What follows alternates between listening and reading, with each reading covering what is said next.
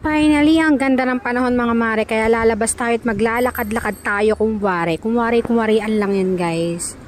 Ba talaga ang punteriya ko dito sa pagpunta ko sa center ng town namin. Ipapakita ko sa inyo kung saan, kasi last time may natry ako dito ang croissant, brioche ba.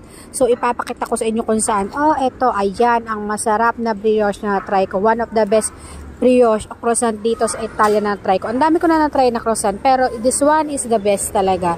Not really the best pala, one of the best croissant dito sa Italia na try ko. Ang dami rin nilang binebenta dito kasi kagaya ng mga pizza, tapos mga bread, mga sweets, kung ano-ano pa. And super sarap ng binebenta talaga nila dito. Siyempre, nag-ask ako ng permission kung pwede ko silang videohan kasi ilalagay ko sa Facebook, 'di ba? O, 'di ba? Pero pumayag naman sila, kaya ayan, papakita ko sa inyo kung saan ko binili yung croissant ko.